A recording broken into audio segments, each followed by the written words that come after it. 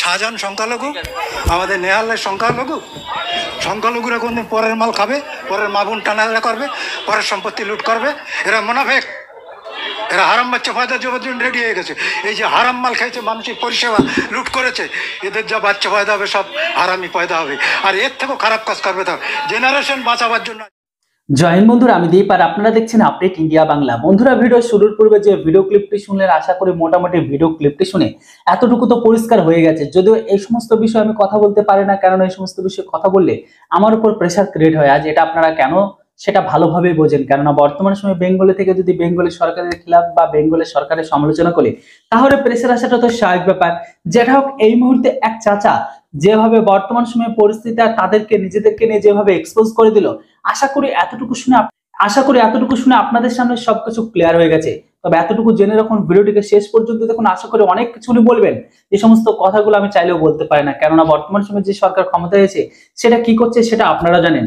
আর recent তো একটা video এইভাবে ভাইরাল হয়েছে যে বর্তমান সময়ে আমাদের প্রত্যেকটা স্কুল কলেজ, বিশেষ করে যে সমস্ত জায়গাগুলো আমাদের বিদ্যাদেবী যে সরস্বতী পুজোটা করা হতো, সেটাকে পর্যন্ত করতে দিচ্ছে না কিছু এক শ্রেণীর মানুষ বা এক শ্রেণীর প্রোডাক্ট। এবার বুঝতে পারছেন মমতা ব্যানার্জি কেন বলেছিল যে গরু দুধ দেয় সেই গরুর লাথি খাওয়া ভালো। আশা করি এখনো পর্যন্ত এই সমস্ত কথার মানে বা বর্তমান সিচুয়েশন দেখে যদি অল ওভার পরিস্থিতি যদি এখনো হিন্দু সমস্ত সনাতনী ধর্মী ভাইরা না বুঝতে পারেন, তাহলে কিন্তু অনেক দেরি হয়ে যাবে। যেটাই হোক, সবাই খারাপ নয়, আবার সবাই ভালো নয়। চোখ কান খুলে রেখে আপনাদের চলতে হবে, আর চোখ কান খোলা রেখে সবকিছু আপনাদের বিচার করতে হবে। তবে যেটা হোক, অবশ্যই ভিডিওটিকে আগে শেষ পর্যন্ত দেখুন। আর ভিডিও ভালো লাগলে অবশ্যই ভিডিওকে লাইক করবেন, আর চ্যানেলটিতে নতুন হলে সাবস্ক্রাইব। চলুন দেখিনি চাচা কি বলছে। কি নাম কাকা? গোলাম কুদ্দুস তরফদার। কোথায় বাড়ি? বয়রাগাছি, 59 নম্বর বুথ। কোন জায়গা সেটা? হাবড়া না? হাবড়া 4 নম্বর মন্ডল, পিতিবা।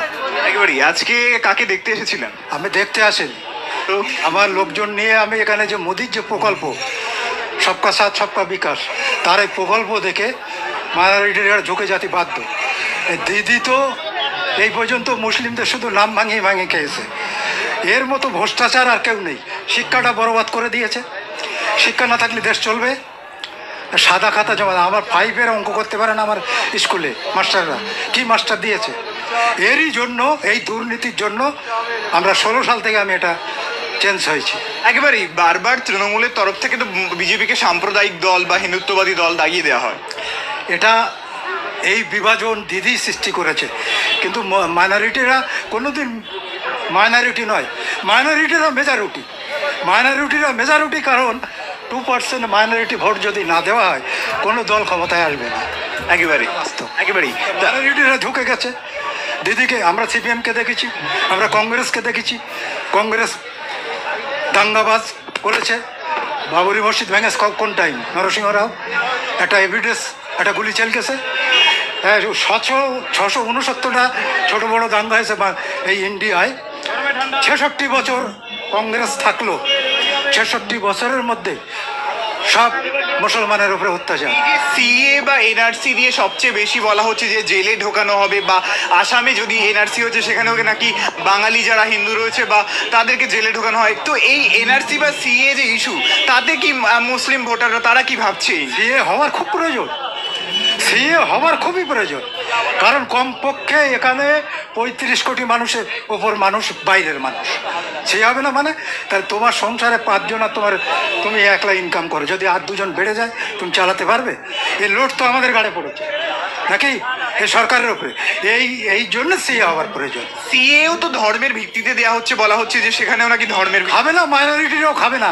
মাইনরিটি পাল্টি হয়ে গেছে, মাইনরিটিরা ফেলে দেবে এই গভর্নমেন্ট। তাহলে আপনি একেবারে সংখ্যালঘু ভারতীয় নাগরিক, তো আপনি সিএ বা এনআরসিতে কোনো রকম ভয় পাচ্ছেন? ভয় নেই, সিএ আমরা তো চাচ্ছি, সিএ হোক, সিএর প্রয়োজন আছে। যারা অন্যান্য সংখ্যালঘু সম্প্রদায়ের মানুষ আছে তাদের উদ্দেশ্যে কি বলবেন?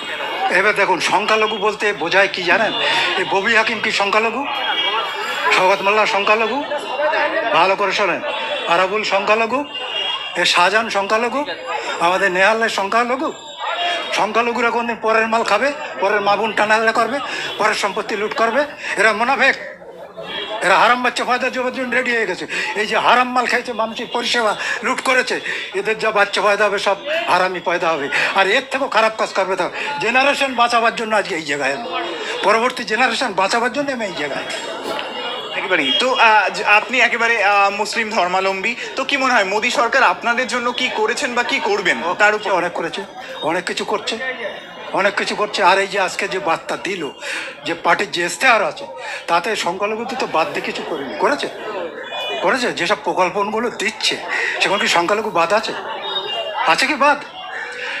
সবকা সাথ সবকা বিকাশ, সবকা বিশ্বাস করছে কি না আমরা তো চোখে দেখতে পাচ্ছি, পরিষ্কার দেখতে পাচ্ছি। এবার বিকল্প হিসাবে বিজেপিকে পাচ্ছে।